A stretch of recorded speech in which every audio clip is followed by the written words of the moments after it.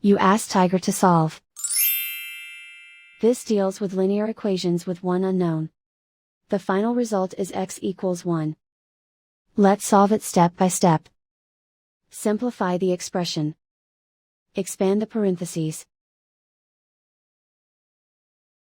Simplify the arithmetic. Multiply the coefficients. Group all x terms on the left side of the equation. Subtract 20x from both sides. Group like terms.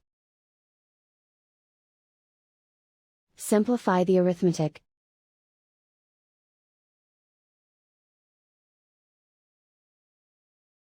Group all constants on the right side of the equation.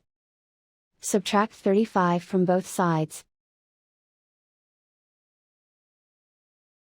Simplify the arithmetic.